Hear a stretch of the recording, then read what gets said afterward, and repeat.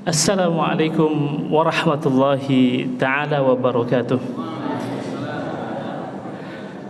Alhamdulillah hamdan kathiran tayyiban mubarakan fihi kama yuhibbu rabbuna wa yarda. Wa syukru lahu ala ma awla min ni'amin sabighatin wa asda. Ahmaduhu hamdan yaliku bi jalali wajhihil karimi wa azimi sultanih. أشهد أن لا إله إلا الله وحده لا شريك له وأشهد أن محمدا عبده ورسوله اللهم صل وسلم وبارك على نبينا محمد وعلى آله وأصحابه ومن تبعهم بإحسان إلى يوم الدين أما بعد يقول المولى عز وجل في كتابه الكريم أعوذ بالله من الشيطان الرجيم بسم الله الرحمن الرحيم قل بفضل الله ورحمته فبذلك فليفرحوا هو خير مما يجمعون صدق الله العظيم. Kaum muslimin dan muslimat rahimani wa rahimakumullah, syukur tiada terkira kita sampaikan kepada Allah Subhanahu wa taala atas limpahan nikmat yang begitu sangat banyak dalam kehidupan kita. Nikmat yang sampai kapanpun kita tidak akan pernah bisa untuk menghitungnya. Namun yang pasti semua itu kelak akan diminta pertanggungjawabannya oleh Allah Subhanahu wa taala. Berdasarkan firman Allah Subhanahu wa taala menyatakan tsumma latus'alunna yauma idzin 'anil na'im. Allah akan mempertanyakan semua nikmat yang Allah karuniakan kepada kita. Semoga kita termasuk yang kelak bisa mempertanggungjawabkan semua nikmat yang Allah Subhanahu wa taala berikan kepada kita. Dengan cara apa? Dengan cara menggunakan nikmat tersebut sesuai dengan yang diinginkan oleh Allah. Yang diinginkan oleh Allah dari kita hanya satu, taat kepadanya. Dan itulah yang kita rasakan di subuh hari ini ketika Allah Subhanahu wa taala mempermudah segala urusan kita untuk bisa hadir di rumahnya, menyahut panggilan serta seruan darinya. Dan ini terjadi semata-mata karena nikmat Allah Subhanahu wa taala yang patut kita syukuri. Karenanya para ulama menyebutkan tidak akan sempurna syukur kepada Allah Subhanahu wa taala kecuali dengan nikmat Allah tersebut. Karenanya mensyukuri nikmat Allah adalah bagian daripada kenikmatan dari Allah Subhanahu wa taala. Salat dan salam bersama kita sampaikan untuk Rasulullah sallallahu alaihi wasallam yang menjadi teladan dalam kehidupan kita, dan kita tengah berusaha untuk mengarahkan hidup kita kepada kehidupan yang telah dicontohkan oleh Rasul, sekalipun kita tertatih-tatih dalam menjalankannya, sekalipun kita bersusah payah dalam menjalankannya. Karena dua saja pilihannya dalam hidup ini. Sebab Allah Subhanahu wa taala menjadikan kehidupan kita di dunia ini laqad khalaqnal insana fi kabad. Jadi salah satu sunnatullah fil kauni yang Allah tetapkan kepada manusia, Allah katakan laqad khalaqnal insana fi kabad. Termaktub dalam surat Al-Balad, Allah Subhanahu wa taala berfirman, sungguh kami telah ciptakan manusia dalam keadaan kabad. Kabad itu artinya bersusah payah, kata Allah Subhanahu wa taala. Karena itulah Bapak Ibu sekalian, pastikan kesusahan kita, keletihan kita dalam mentaati Allah Subhanahu wa taala. Karena kalau kita tidak disibukkan dengan ketaatan, niscaya kita akan disibukkan dengan kemaksiatan. Dan alhamdulillah di subuh hari ini Allah Subhanahu wa taala juga mudahkan kita untuk menjalankan bagian daripada anjuran Rasulullah sallallahu alaihi wasallam, di mana di dalam kitab Al-Yawmu An-Nabawi, aktivitas harian Nabi Muhammad alaihi salatu wasallam, setelah salat subuh Nabi Muhammad tidak dulu pulang ke rumahnya, melainkan duduk sejenak dengan berbagai macam aktivitas. Salah satu aktivitasnya adalah azkarus sabah. Nabi Muhammad berzikir dengan zikir pagi. Kemudian Nabi duduk bersama para sahabatnya, memberikan sedikit nasihat, bertanya kabar, bertanya keadaan. Bahkan Nabi Muhammad juga bertanya tentang mimpinya para sahabat. Apa kata Rasulullah SAW? Hal ra'a minkum ru'ya? falyaqussuha a'burha. Adakah di antara kalian tadi malam yang bermimpi, kata Nabi Muhammad? Maka sini ceritakan kepadaku hingga aku akan mentakbirnya, mentafsirnya, kata Rasulullah SAW. Dan itu aktivitas dilakukan oleh Rasul di waktu subuh bersama para sahabatnya. Dan insya Allah pertemuan ini juga bagian daripada rangkaian kita meneladani Rasulullah SAW sampai di waktu syuruk nanti insya Allah Ta'ala. Amin ya Rabbal Alamin. Kaum muslimin dan muslimat, kembali kita bermajlis di majlisnya Nabi Muhammad sallallahu alaihi wasallam, majlis di mana kita membahas tentang suatu hari di rumah Rasulullah sallallahu alaihi wasallam. Kaum muslimin dan muslimat, di subuh hari yang penuh berkah ini kita akan membahas tentang hadiyuhu wa simatuhu. Apa itu hadiyuhu? Hadiyuhu ini adalah budi pekerti serta akhlaknya Rasulullah sallallahu alaihi wasallam, terutama ketika Nabi Muhammad tengah berkumpul dengan para sahabatnya. Bapak Ibu rahmati Allah Subhanahu wa taala, Aisyah radhiyallahu anha pernah memberikan satu kesaksian tentang Nabi Muhammad alaihi salatu wasallam. Apa kata Aisyah? Lam yakun Rasulullah sallallahu alaihi wasallam fahishan. Fakta pertama yang disebutkan oleh Aisyah tentang Rasulullah sallallahu alaihi wasallam, bahwasanya Nabi Muhammad itu, kata Aisyah, tidak pernah fahishan, tidak pernah melakukan perbuatan keji sama sekali.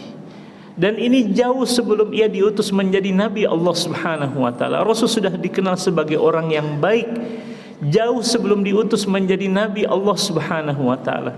Karena memang Allah menjaga dan memelihara Nabi Muhammad, jangankan dari kesyirikan, dari perbuatan yang sia-sia saja, itu dijaga oleh Allah Subhanahu wa taala. Mungkin kita pernah mendengar kisah di saat Nabi Muhammad masih muda saat itu, tengah mengembala kambing, Bapak Ibu sekalian.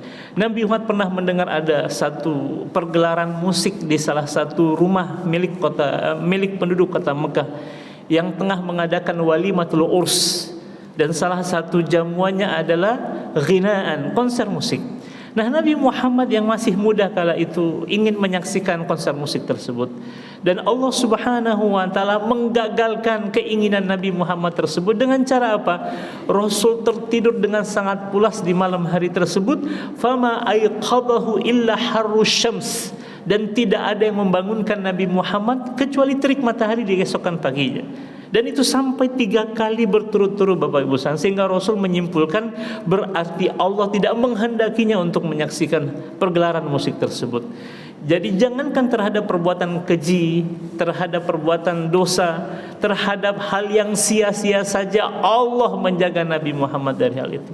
Karenanya tidak ada yang bisa menjaga diri kita, anak-anak kita, keluarga kita, masyarakat kita dari perbuatan keji dan mungkar kecuali Allah Subhanahu wa taala. Namun kita juga memaksimalkan usaha kita untuk melindungi diri kita, melindungi keluarga kita, anak-anak kita, masyarakat kita dari hal-hal yang dimurkai oleh Allah Subhanahu wa taala. Yang kedua, kata Aisyah radhiyallahu anha, wala mutafahishan. Jadi ada 2 disebutkan oleh Aisyah. Satu, tidak pernah melakukan perbuatan keji. Yang kedua, tidak pernah berkata perkataan yang keji. Di saat, mohon maaf Bapak Ibu sekalian, salah satu sisi negatif orang Arab itu mudah sekali untuk mengungkapkan ungkapan yang tidak baik, cacian, makian, hinaan, itu mudah sekali Bapak Ibu sekalian. Kalau mereka sedang marah, isi kebun binatang bisa diabsen satu persatu. Itu sering kali kami dapati ketika di jalan terjadi kecelakaan, terjadi pertikaian, itu semua isi kebun binatang bisa mereka absen satu persatu. Itu sisi negatif ya orang Arab. Nah, Nabi Muhammad SAW di tengah kondisi situasi masyarakat yang terbiasa mencaci, memaki, mengumpat dan lain sebagainya, adapun Nabi Muhammad, kata Aisyah, tidak pernah, jangankan melakukan perbuatan keji, mengatakan perkataan keji saja tidak pernah. Allahu Akbar. Dan ini berdasarkan kesaksian istrinya yang hidup bersamanya, yang tahu hari-hari Nabi Muhammad SAW. Kemudian kata Aisyah, wala sakhaban fil aswaq. Ini yang menariknya Bapak Ibu. Kata Aisyah, Nabi Muhammad itu tidak pernah sakhaban. Apa itu sakhaban? Tidak pernah berteriak-teriak. Bahkan di pasar sekalipun. Di saat kita tahu pasar tempat orang berjualan dan biasanya para pedagang untuk menarik para pembeli untuk membeli barangnya, mereka akan berteriak memanggil Bapak Ibu sekalian. Sedangkan Nabi Muhammad jangankan berteriak-teriak di pasar, untuk memanggil orang itu Rasul tidak pernah dari kejauhan, "Hai fulan," tidak pernah Bapak Ibu sekalian. Rasul akan mendatangi orang tersebut sehingga ketika jarak antara Rasul dengan orang tersebut sudah dekat, Nabi Muhammad baru memanggilnya. Dan ini adalah salah satu akhlak dan etika Nabi Muhammad SAW memperlakukan orang lain. Jadi Rasul tidak pernah sahaban, tidak pernah berteriak-teriak fil aswaq, di pasar, kata Aisyah radhiyallahu anha. Wala yajzi bis-sayyi'ati as-sayyi'ah, dan tidak pernah membalas keburukan dengan keburukan. Ini yang paling susah Bapak Ustaz. Bahkan dalam sebuah hadis Rasul pernah berwasiat kepada kita umatnya. Apa kata Nabi Muhammad sallallahu alaihi wasallam? Wa ahsin ila man asaa ilaika, dan berbuat baiklah engkau kepada orang yang berbuat jahat kepada dirimu. Jadi jangankan Bapak Ibu sekalian membalas keburukan dengan keburukan, justru wasiat Nabi Muhammad kepada kita selaku umatnya agar kita berbuat baik kepada orang yang berbuat jahat kepada kita. Dan ini adalah sesuatu yang sangat sulit bagi kita untuk menjalankannya. Tidak membalasannya saja sudah untung Bapak Ibu. Ini diperintahkan oleh Nabi apa? Wa ahsin ila man asaa ilaika, dan berbuat baiklah engkau kepada orang yang berbuat jahat kepada dirimu. Dan inilah yang kita dapati dalam sirah Nabi Muhammad, betapa banyak akhirnya orang-orang kafir Quraisy masuk Islam karena melihat kebaikan Nabi Muhammad setelah mereka berbuat jahat kepada Rasulullah. Kisah yang sangat masyhur mungkin pernah kita dengar Pak, di mana Rasul setiap hari melewati satu jalan, di mana di jalan itu terdapat seorang yang selalu meludahi Nabi Muhammad, yang selalu kemudian membuang kotoran kepada Rasulullah SAW. Hingga suatu hari orang tersebut absen, tidak ada ludah yang jatuh, tidak ada kotoran yang kemudian menimpa dirinya. Sehingga Rasul bertanya, "Kemana nih fulan?" kata Rasul. Sehingga kemudian Rasul mengetahui bahwa orang tersebut sedang sakit. Apa yang dilakukan oleh Nabi Muhammad? Rasul menjenguknya Bapak Ibu sekalian. Allahu Akbar. Dan ternyata itu menjadi sebab hidayah bagi orang tersebut untuk masuk Islam. Karena Nabi Muhammad selalu kemudian meyakini bahwa yang mendikte dirinya adalah Allah Subhanahu wa taala, bukan orang-orang yang ada di lingkungannya, bukan orang-orang yang ada di sekitarnya. Dia berbuat baik kepada orang lain karena Allah suka terhadap hal tersebut. Seperti halnya Imam Abu Hanifah punya tetangga yang iseng Bapak Ibu sekalian. Jadi tetangga Imam Abu Hanifah ini pernah satu ketika mengundang Imam Abu Hanifah datang ke rumahnya. Sampai ke rumah orang yang mengundangnya, orang tersebut menyuruh Imam Abu Hanifah untuk pergi. Jadi sudah sampai di rumah, kata Imam Abu Hanifah, "Ada apa engkau memanggilku?" "Tidak ada wahai Abu Hanifah, aku hanya sekedar memanggilmu." "Pulang lagi Pak." Setelah itu dipanggil lagi, datang lagi Imam Abu Hanifah.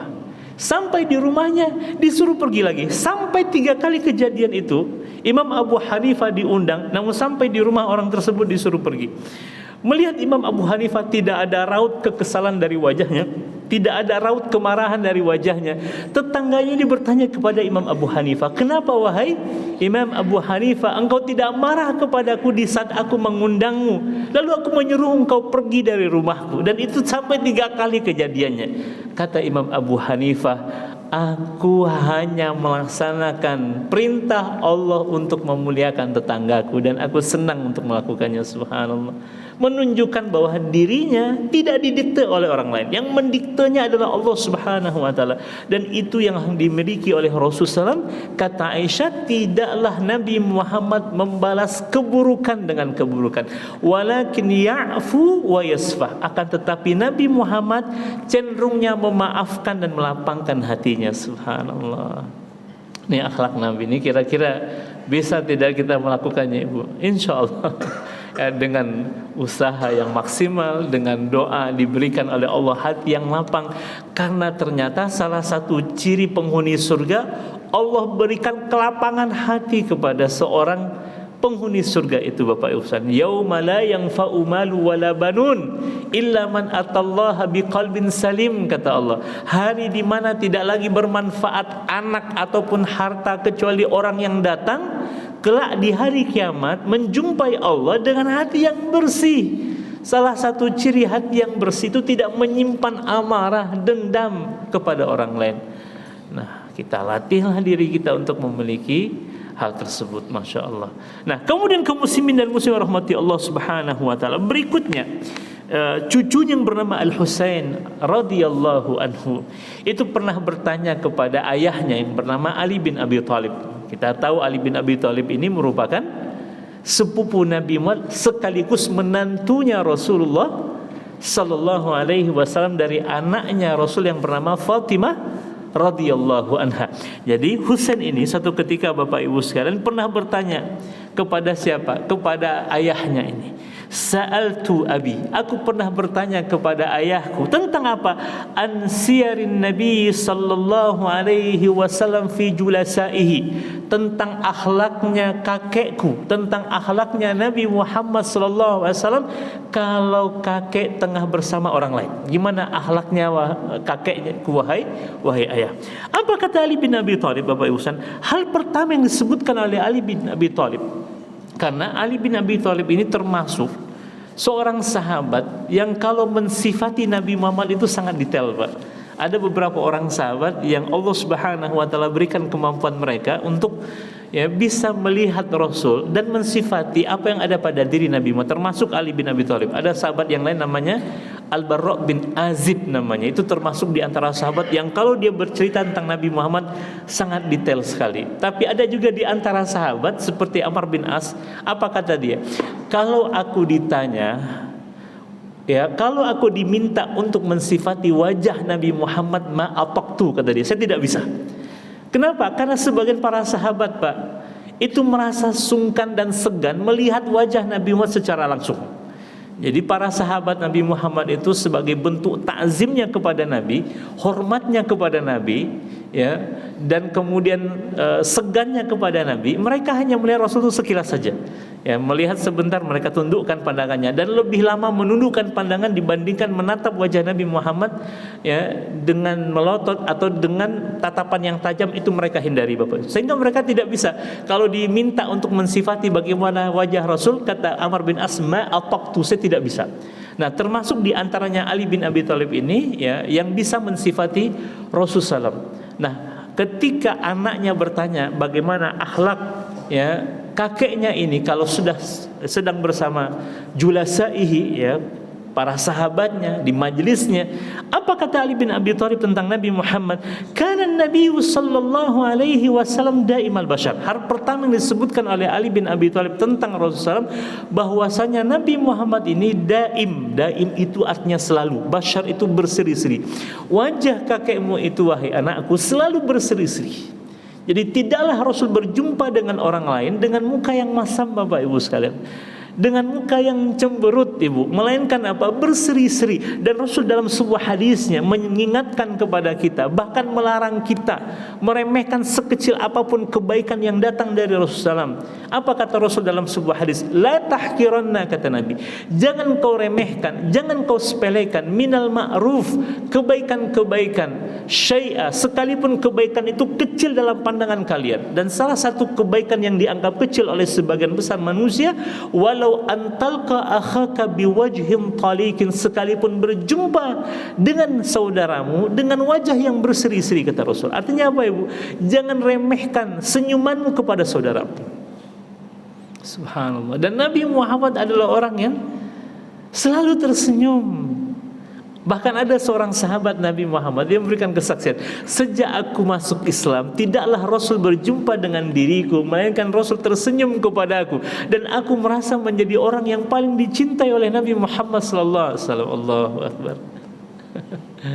Jadi para sahabat itu sampai merasa menjadi orang yang disayang oleh Nabi. Kenapa, Pak? Karena selalunya Nabi berjumpa dengannya dalam keadaan tersenyum, dan Nabi Muhammad selalu tersenyum. Bahkan ketika musuh datang kepada Nabi Muhammad SAW, ingin mengancam Nabi Muhammad di kota Madinah, Pak, dan ancaman itu sudah disampaikan kepada Nabi, Rasul justru meresponnya dengan senyuman kepada utusan dari Yaman yang tengah mengancam Nabi Muhammad SAW. Subhanallah. Bahkan terhadap orang yang mengancamnya Rasul masih bisa tersenyum, Ibu. Karenanya Ali bin Abi Thalib, hal pertama yang disifati oleh Ali dari Rasul, selalu tersenyum. Daimal basar, selalu berseri-seri wajahnya. Karena itulah dalam satu riwayat disebutkan ka'anna syamsa tajri fi wajhi, saking berseri-serinya wajah Nabi Muhammad seakan-akan matahari itu tengah menyorot wajah Nabi Muhammad saja, Masya Allah. Jadi Nabi Muhammad punya wajah yang putih dan bersinar, Bapak Ibu, subhanallah. Kalau di waktu subuh, dan kita tahu dulu di zaman Nabi Muhammad lampu itu tidak seperti kita saat ini, belum ada lampu lagi, Bapak Ibu sekalian. Tapi cukup dengan wajah Nabi Muhammad itu menjadikan suasana itu menjadi terang benderang. Allahu Akbar.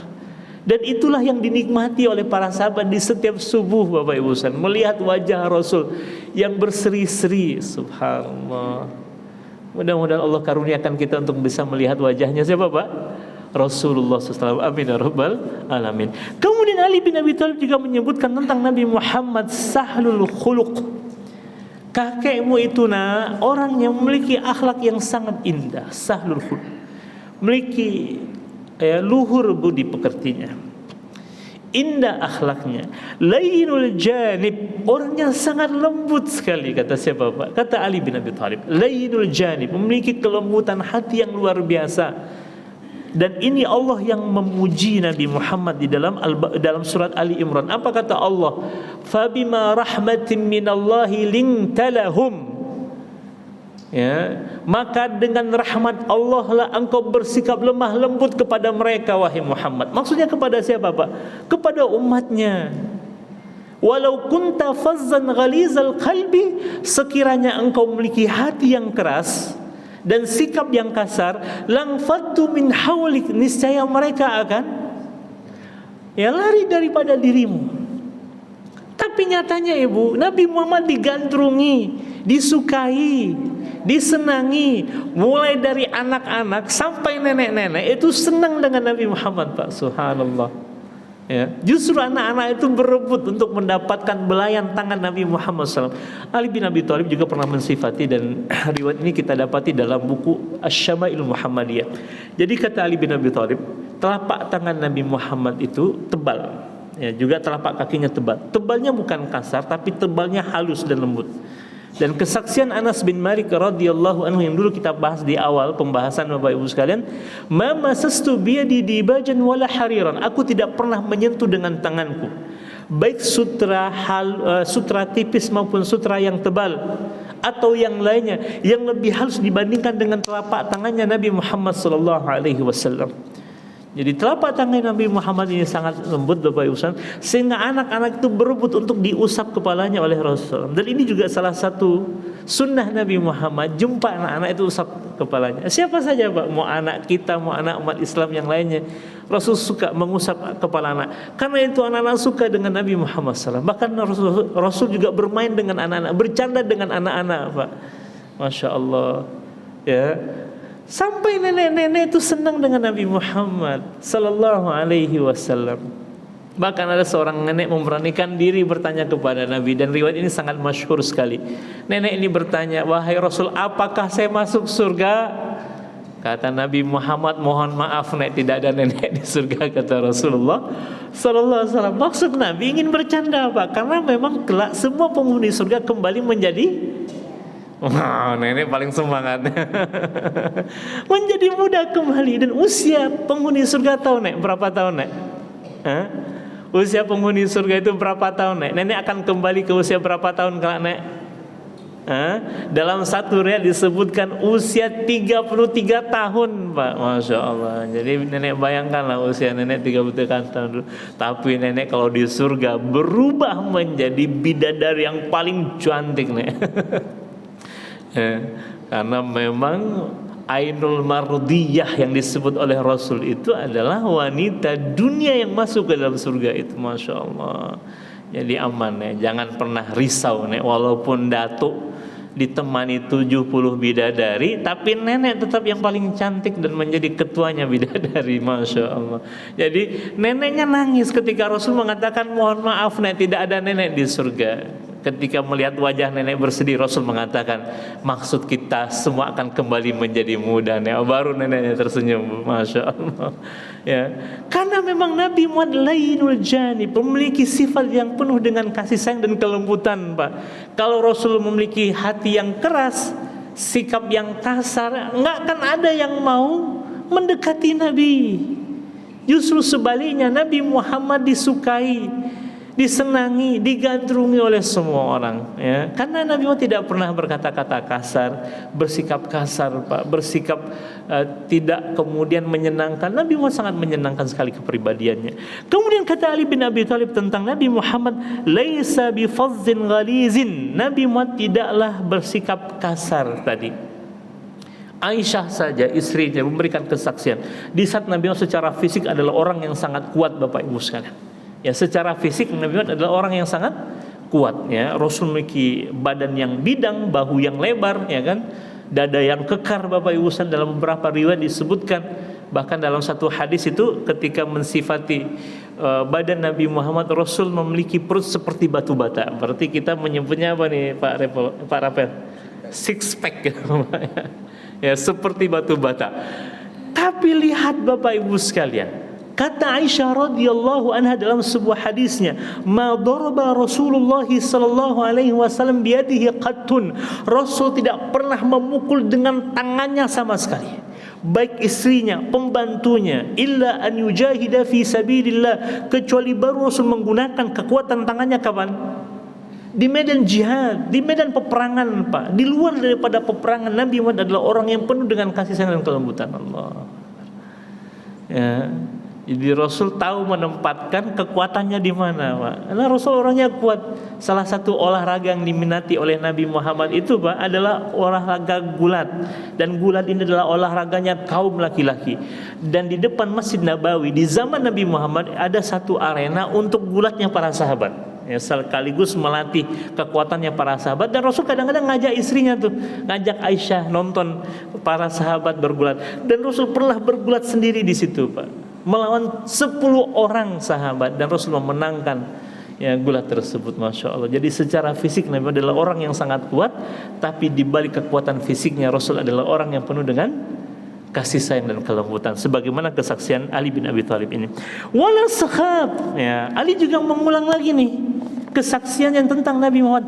Wala sakhab, Nabi Muhammad itu tidak suka berteriak-teriak, nak. Allahu Akbar, ya, Masya Allah.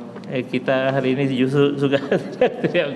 Nabi Muhammad tidak suka sakhab, tidak suka berteriak-teriak, ya, memanggil orang, tidak pernah, dari kejauhan, ya, mendatangi, mendekati orang tersebut baru dipanggil, ya, tidak berteriak-teriak Rasulullah SAW. Wala sakhaf, wala iyab, ya, wala iyab. Nabi Muhammad SAW tidak suka mencela, Pak, ya, tidak suka mencela apapun, ya, kejadian peristiwa yang menimpa Nabi Muhammad, Rasul tidak suka mencela, apalagi mencela Allah.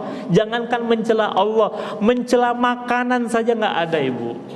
Kalaupun ada makanan yang tidak disukainya, Nabi Muhammad lebih memilih untuk diam dan meninggalkannya dibandingkan mencela ini makanan atau apa. Enggak pernah tuh. Kita kadang-kadang karena misalkan diberikan oleh Allah musibah yang berat, itu kadang-kadang tanpa kita sadari mencela Allah.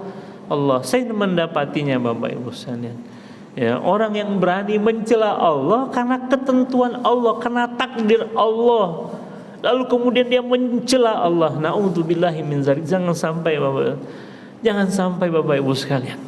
Seberat apapun ujian yang Allah berikan kepada kita, katakan, ya, qaddarallahu ma syaa fa'ala. Ibu, kalau ibu mendapatkan satu takdir yang tidak menyenangkan, musibah yang kemudian datang dalam kehidupan kita, lebih baik katakan qaddarallahu ma syaa fa'ala, dan hindari perkataan kalau. Coba kalau saya tidak berangkat, nggak gini aja kejadiannya, itu jangan sampai. Karena kata lau itu dalam bahasa Arab, kalau itu lau, Ibu, fa inna lau taftahu amal syaitan. Perkataan kalau itu bisa membuka peluang amalan syaitan atas diri kita. Jadi sudah, katakan saja, kata Rasulullah SAW, qaddarallahu ma syaa fa'ala. Ibu sudah hafal belum nih ungkapan? Coba sama-sama kita hafal, Ibu. Qaddarallahu ma syaa fa'ala. Sekali lagi, Ibu. Qaddarallahu masya'a fa'ala. Biar ganjil karena Allah itu suka yang ganjil, Ibu.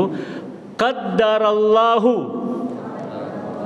masya'a fa'ala.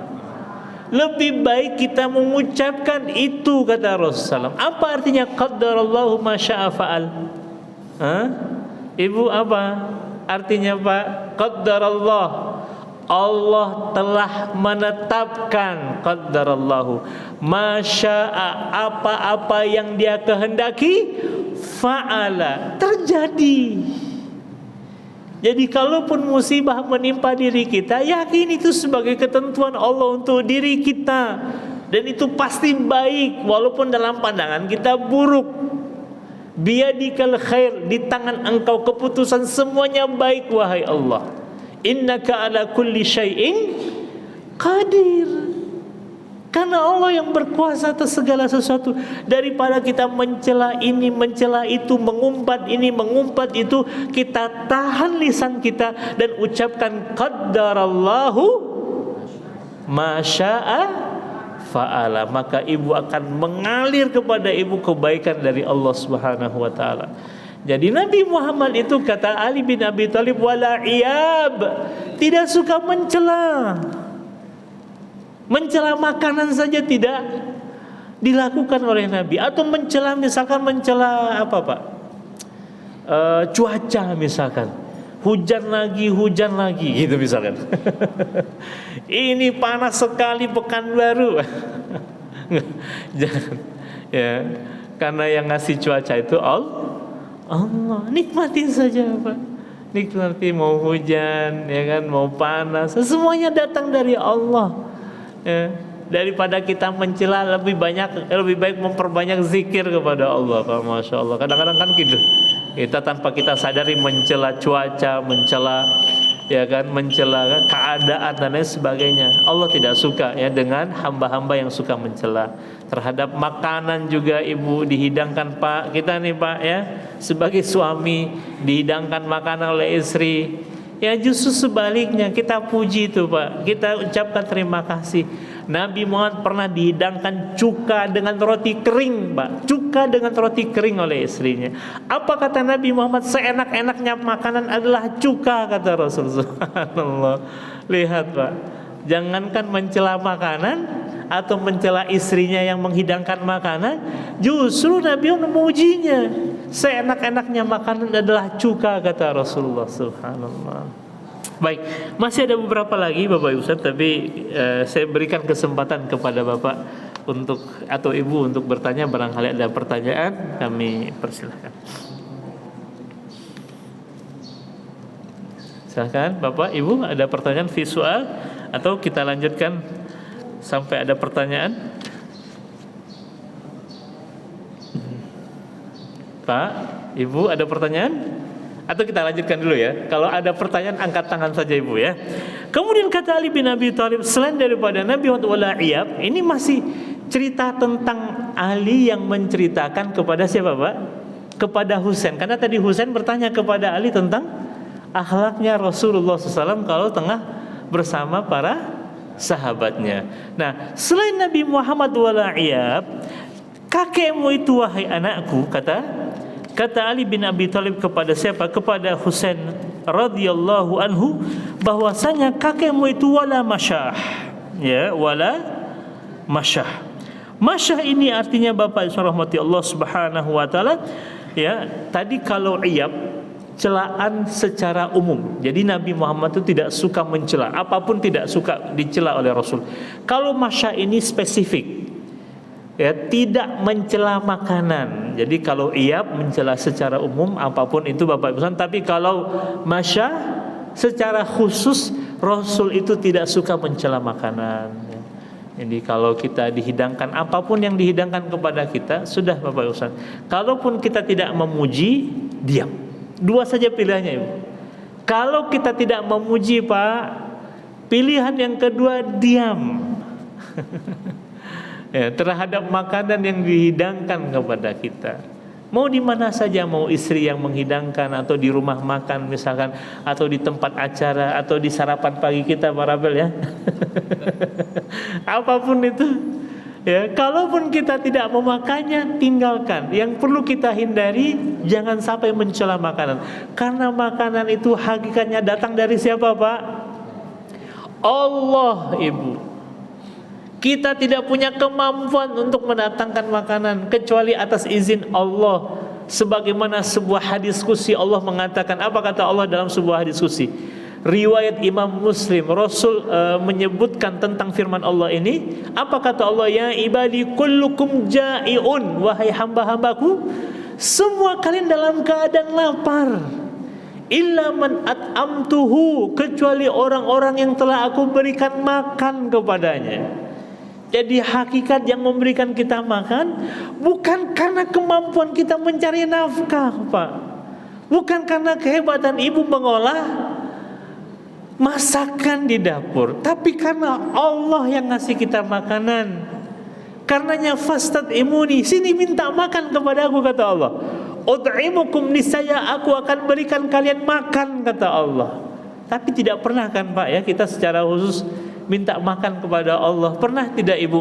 Secara khusus Ibu berdoa, ya Allah berikan hamba makanan? Nggak ada kan? Nah, terhadap yang tidak kita minta saja Allah beri, apalagi terhadap yang kita minta, pasti Allah kabulkan. Allah yang menjaminnya. Karena itulah terhadap makanan yang dihidangkan jangan cela, karena kita berarti sedang mencela pemberian Allah kepada kita, Pak. Kalaupun tidak suka ya sudah, diam dan tinggalkan. Jadi Nabi Muhammad, kata Ali, wala masyah, tidak suka mencela makanan. Kemudian dia taghafal amma la yashtahi. Nah, ini juga menarik nih, Pak.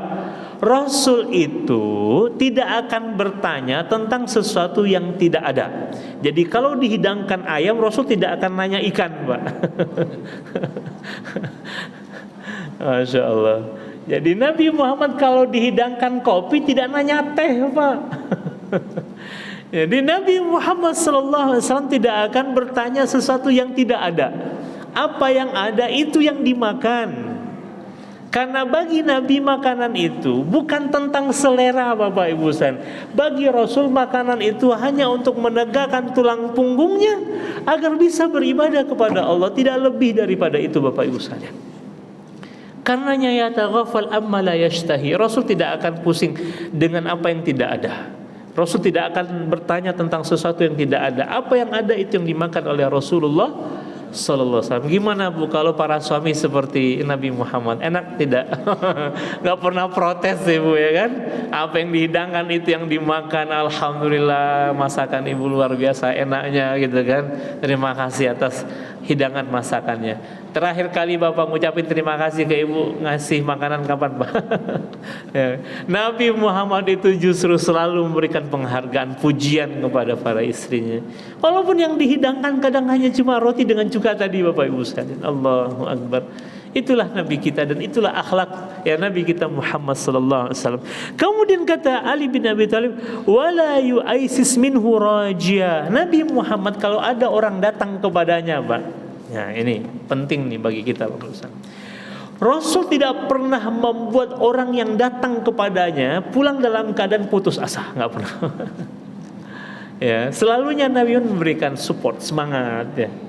Selalunya Nabi memberikan kata-kata yang baik, bahkan terhadap mimpi para sahabat, Pak.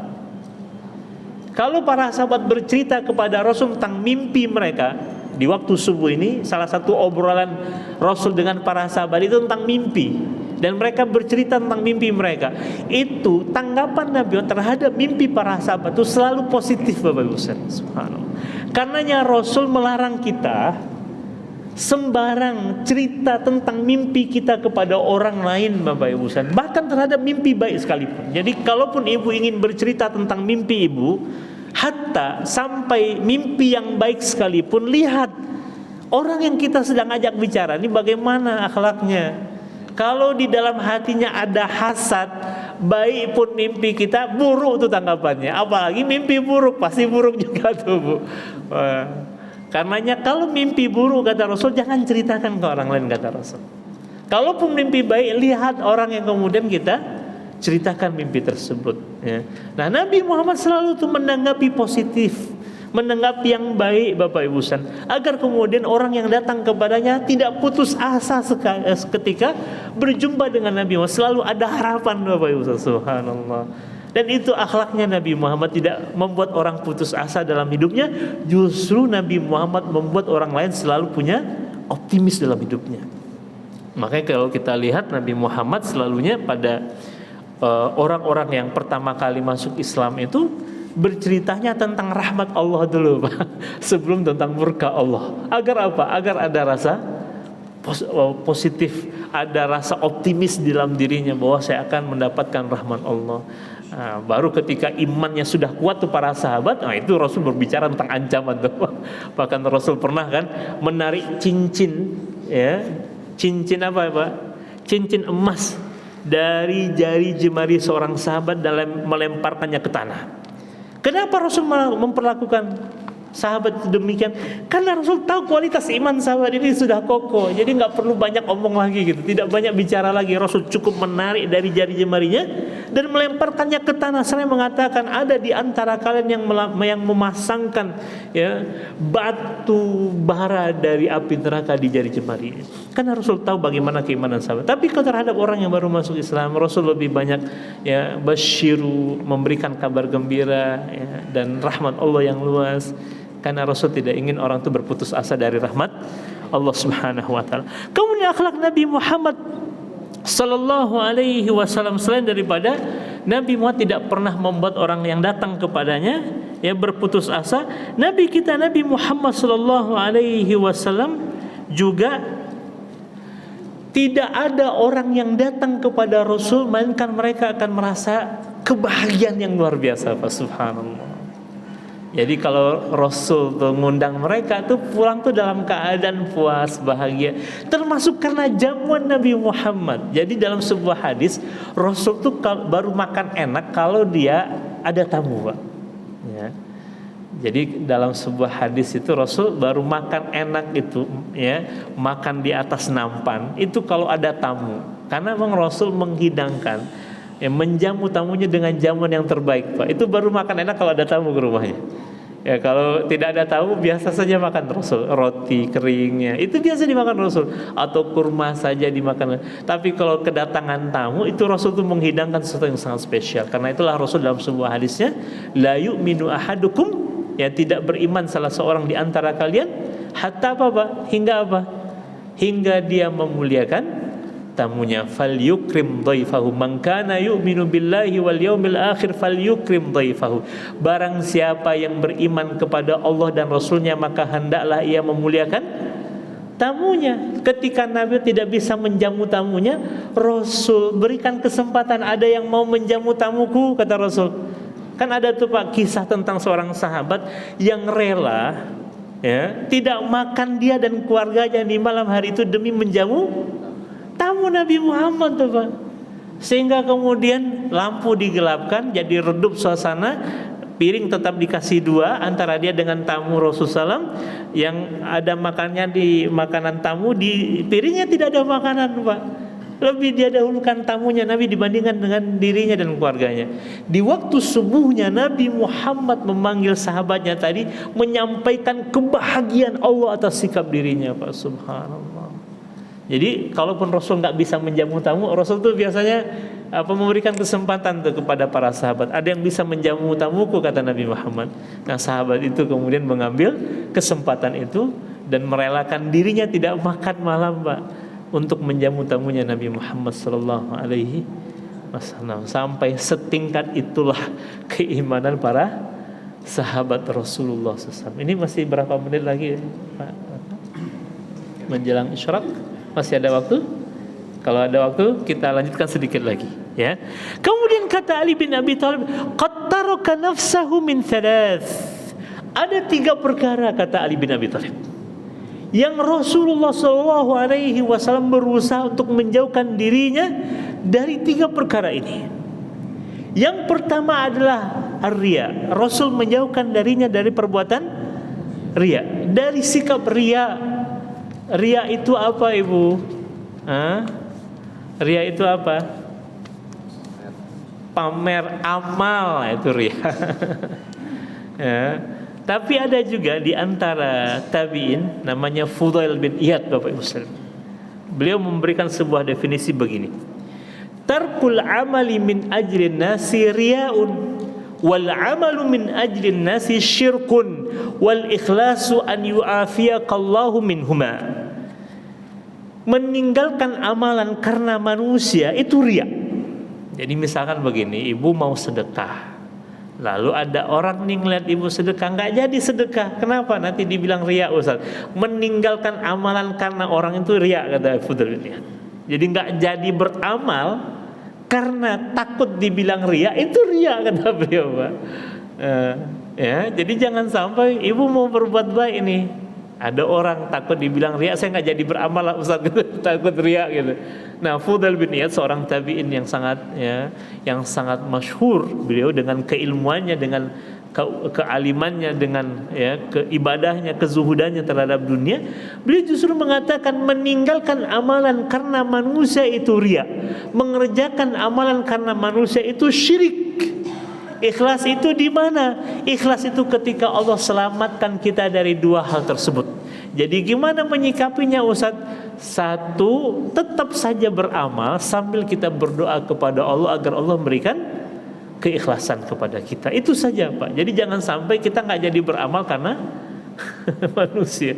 Sebagaimana kita juga jangan sampai beramal karena manusia, karena dua-duanya juga tidak baik. Meninggalkan amalan karena manusia riya, mengerjakan amalan karena manusia syirik, dan ikhlas itu ketika Allah selamatkan kita dari hal tersebut. Jadi Nabi Muhammad tidak pernah dia beramal karena manusia, dan itu sangat terlihat, Bapak Ibu sekalian, ketika Nabi Muhammad berdakwah ke Taif. Sekarang ini banyak nih promo umrohnya sekalian ziarah ke Taif. Taif itu di mana, Ustaz? Taif itu, Ibu, adalah satu wilayah dataran tinggi, dan daerah itu adalah wilayah yang sangat subur sekali, karena dataran tinggi, banyak kebun di sana. Dan Nabi pernah berdakwah ke Taif, terutama setelah wafatnya Khadijah dengan Abu Thalib. Ketika penduduk kota Mekah tidak lagi memberikan jaminan keamanan terhadap Nabi, Rasul mencoba barangkali dengan berdakwah ke Taif akan ada yang melindunginya. Tapi ternyata justru dengan Nabi berdakwah ke Taif, Nabi Muhammad diusir dan dilempari oleh orang-orang Taif sampai berdarah, hatta salat damu min qadamaihi at-tahirataini. Kaki Rasul itu berdarah karena lemparan batu. Dan Rasul bersembunyi di salah satu kebun milik penduduk Taif namanya Atabah dan Utaibah ibnai Syaibah. Atabah dan Syaibah ibnai Rabi'ah. Dan kemudian Rasul dihidangkan kepadanya qatafan minal ilal, ada setangkai anggur, dan memang anggur Taif ini sangat-sangat manis sekali, Bagi Bapak Ibu yang haji umroh nanti, mudah-mudahan insyaallah ziarah ke Taif ini, yang paling tidak menapak tilas, karena di situ ada beberapa saksi sejarah diabadikan oleh kaum muslimin. Ada masjid malaikat namanya, karena memang Rasul pernah didatangi oleh malaikat, Pak, ketika bersembunyi di kebun itu didatangi oleh malaikat menawarkan untuk membinasakan orang-orang Taif dengan cara apa? Membalikkan bukit batu itu kepada mereka, ditimpakan kepada mereka. Tapi Rasul mengatakan tidak. Mereka itu kaum yang tidak mengetahui, kata Rasul. Yang kedua ada Masjid Ad-Das namanya di sana. Masjid Ad-Das ini adalah masjid diabadikan karena yang menghidangkan setangkai anggur itu seorang anak kecil namanya Ad-Das. Awalnya dia adalah penganut agama Nasrani, tapi sebab Rasul baca bismillah sebelum makan, itu menjadi sebab hidayah, Pak. Makanya kita gak boleh meremehkan sekecil apapun kebaikan, Pak. Bisa jadi itu menjadi sebab hidayah bagi orang lain. Jadi ketika Rasul mau makan baca bismillah, si anak ini bertanya, apa yang kau baca tadi? Nah, itu menjadi awal bagi Rasul berdakwah tentang Allah, dan akhirnya dia masuk Islam, Pak.